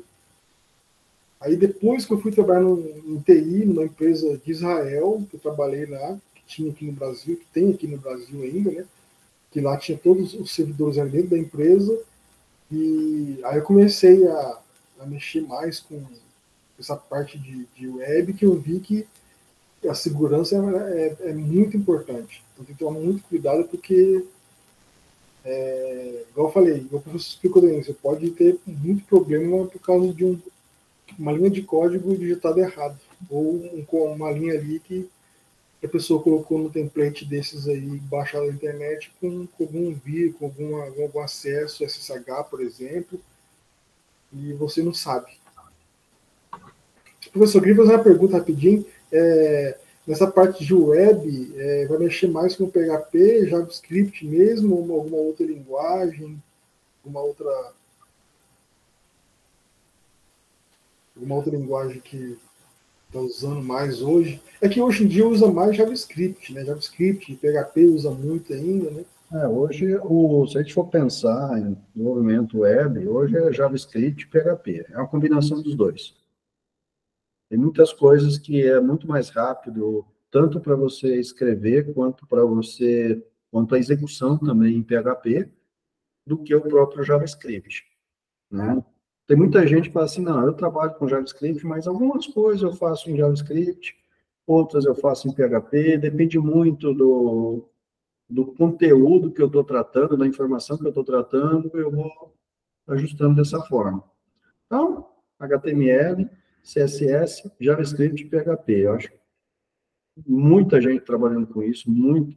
Por quê? Porque você consegue ter um site robusto, de fácil manutenção, né, e rápido, né, do que eu utilizar outras linguagens. Você acaba também, por ser, né, componentes, né, linguagens, a gente consegue estar rodando ali basicamente em qualquer sistema operacional, a gente também acaba tendo essa opção de estar hospedando isso em qualquer sistema operacional. Né? Muito mais tranquilo, muito mais fácil a gente estar gerindo isso. Né? Eu não vejo, né, como você mesmo comentou, o pessoal às vezes faz alguma coisa em Python. Sim, dependendo do que você for processar, é interessante você ter uma rotina em Python. Tá? Isso que é interessante também do desenvolvimento web. A gente consegue estar acoplando várias linguagens. Então, eu posso ter, por exemplo, uma parte de um site em JSON, né, JS, eu posso ter uma outra parte já pensando em JSP, tá, que é mais voltado para o Java, JavaScript. Posso ter uma outra parte em HTML, posso ter uma parte em Python, posso ter uma parte em PHP, e a gente consegue estar juntando tudo isso, né, no site, e tudo isso funcionando junto ao mesmo tempo. Tá? Eu já cheguei a mexer com o JSP, tá? Eu achei um pouco mais complexo da gente estar trabalhando, um código um pouco mais demorado para a gente estar usando. Tá? Mas é um código interessante. Tá? Mas, assim, eu não curti, né, muito essa parte da programação do JSP. Eu achei um negócio muito engessado. PHP eu gosto mais porque você consegue, e sem contar que o JSP é JSP. Né? Você vai ter que fazer o quê? Uma interação do JSP com o HTML. O PHP você já consegue embutir isso dentro do HTML, o que a gente consegue ganhar bastante, né, com isso e, consequentemente, bastante na execução dessa informação PHP. O JavaScript também acaba se tornando aí algo mais leve de estar executando. Né? Então, o ASP, se a gente pensar no ASP, você vai fazer o quê? Você vai migrar para um servidor já Windows, esquece, você não vai conseguir levar isso para um servidor Linux. Tem algumas empresas que trabalham com desenvolvimento ASP? Tem, né? Mas já pensando só nessa parte do Windows já. Muitas dessas empresas têm o seu próprio servidor, tá? Então, não, nós temos a garantia do serviço em execução. Né? Então, eles já desenvolvem dessa forma. Mas, né, é uma outra realidade, com outro custo, vocês vão ter que trabalhar com isso daí. Então, se a gente pensar, talvez numa empresa de grande porte, que queira ter N recursos aí, pode até partir para um ASP. Mas duvido muito que todas partirão.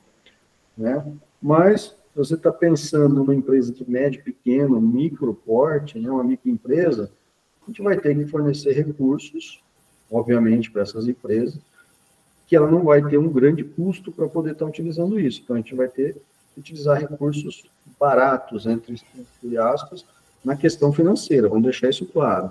Mas não baratos e não simplesmente simples quando a gente pensa em execução, quando a gente pensa em potência de programação. Né? São recursos que funcionam de forma rápida e a gente consegue ter aí um grande desempenho com relação a isso, de uma forma bem tranquila. Professor, eu coloquei o link aí do World Map, se você já ouviu esse site aí. Esse site, ele te dá uma árvore de que você precisa, uma sequência do que você tem que estudar para aprender naquela área. Então, é muito interessante. Esse site é feito por um cara lá acho que é algum país europeu lá, ele trabalha numa escola, parece, de programação. Ele criou essa árvore aí que você consegue seguir, que você tem que aprender para, por exemplo, tem vários campos aí, tem front-end, tem back-end, tem jogos, tem várias campos, e cada campo tem uma árvore que você tem que seguir para você aprender naquela área. E quando na árvore lá, por exemplo, no front-end, quando você abrir aí, vai ter lá os menus em amarelo. Quando você clicar nele, ele vai te dar um submenu explicando um pouquinho de cada coisa ali como é que funciona, como é que surgiu a internet, por exemplo. Então tem muita coisa interessante nesse site aí. Eu aconselho o pessoal dar uma olhadinha. Tem muita informação. Eu aconselho a criar o login aí para você ter acesso total no site. Tem muita coisa bacana. Já peguei muita coisa aí para poder usar já. É muito bom esse site aí. Ah, e falando, depois eu vou abrir aqui. Falando em internet, né? Eu acho que hoje, semana passada, eu não me lembro exatamente o dia, foi comemorado, né, a criação do protocolo, a divulgação, não a criação, né? A divulgação do protocolo www para acesso à internet. Salvo engano, acho que há 34 anos atrás. E o mais bacana é que o cara que criou, né? Ele não quis patentear, né? Sim. Ele teve a opção de patentear, ele não quis. Ele não quis patentear. Teve este detalhe mesmo. Ele é vivo até hoje, se eu não me engano. Tá velhinho já, eu acho, o cara já. Sim, está vivo até hoje. Então, é algo que está aí, ó, recente, novinho ainda, está na flor da idade, ó, 34 anos que nós temos o protocolo www. Antes a gente trabalhava com WBS, ou seja, somente texto. WBS, desculpa, BBS. Inclusive, o primeiro site, o primeiro site criado na história ainda está em funcionamento, tá? Desde quando ele foi criado, está no mesmo jeito até hoje. Depois, se o pessoal quiser procurar no Google aí, eu vou digitar aí o primeiro site criado aí, vai aparecer o link lá, você clica e vai estar lá o códigozinho lá, o site funcionando perfeitinho, desde quando o cara criou até hoje está funcionando. Com certeza, tem que ver esses detalhes aí. Então, é algo ainda que ainda vai evoluir muito e vai se perdurar aí por muitos e muitos anos ainda. Maravilha, pessoal. Tranquilo, tudo na paz. Eu acho que foi uma discussão interessante aí, várias informações, né, sobre principalmente nessa parte de segurança, nessa parte das camadas que a gente vai estar utilizando no desenvolvimento. E vamos deixar aí já, né, para todo mundo ficar preparado para a gente pôr a mão na massa aí a partir do próximo encontro virtual e começar a desenvolver aí o nosso site. Tá? Trabalhando, obviamente, com JavaScript, PHP, HTML, CSS e acesso a banco de dados. E vou preparar também algo aí para a gente trabalhar com PHP orientado a objeto. A gente vai ter também um grande ganho aí, tanto de desempenho quanto de reaproveitamento de código. Belezinha? Beleza, professor, boa noite aí.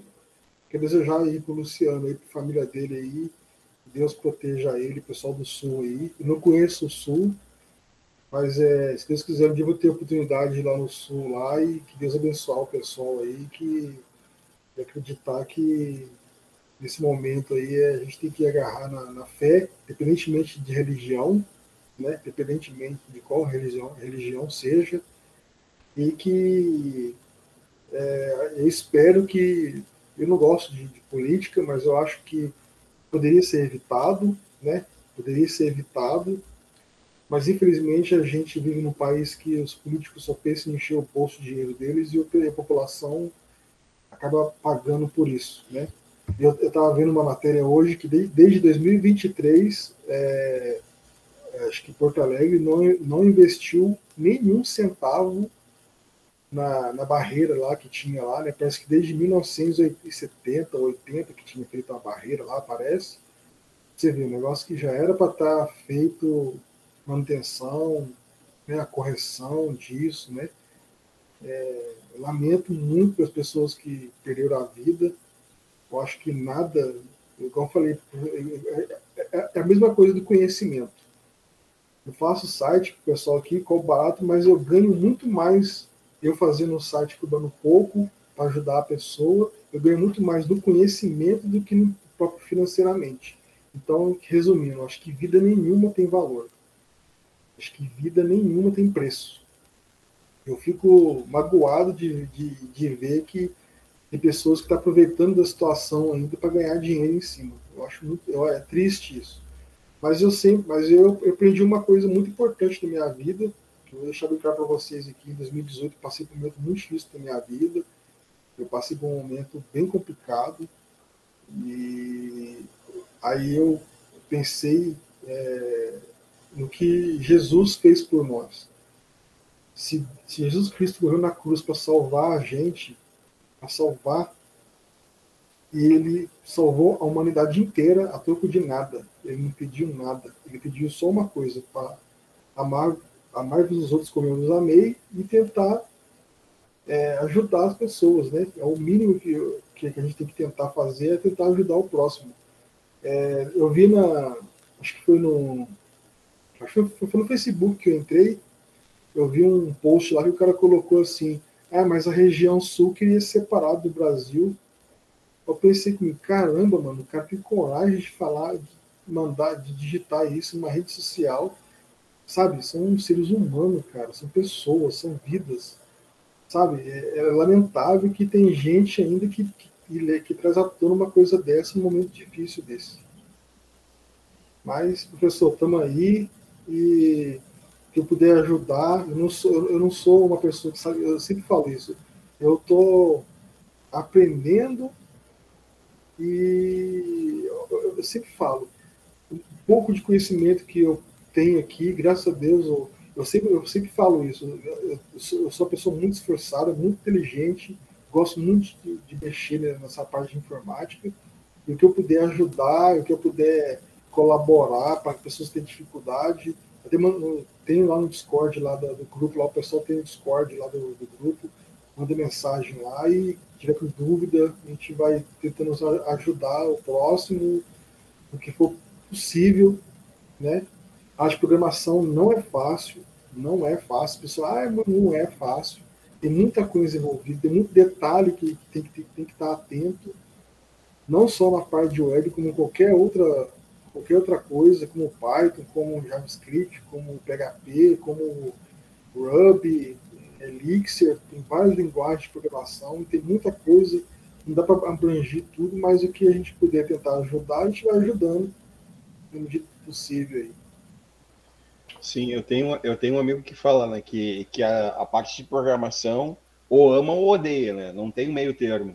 Não tem, eu como sou técnico em eletroeletrônica, né, formado, né, em eletrônica a gente tem isso, né, aquele negócio, ou é 0 ou é 1. Eu ainda tô arranhando agora a parte de eletrônica, né? Eu comprei uns livros de eletrônica básica e tô começando a dar uma mexida. Mas mais de curioso mesmo, assim, nada para sobreviver disso.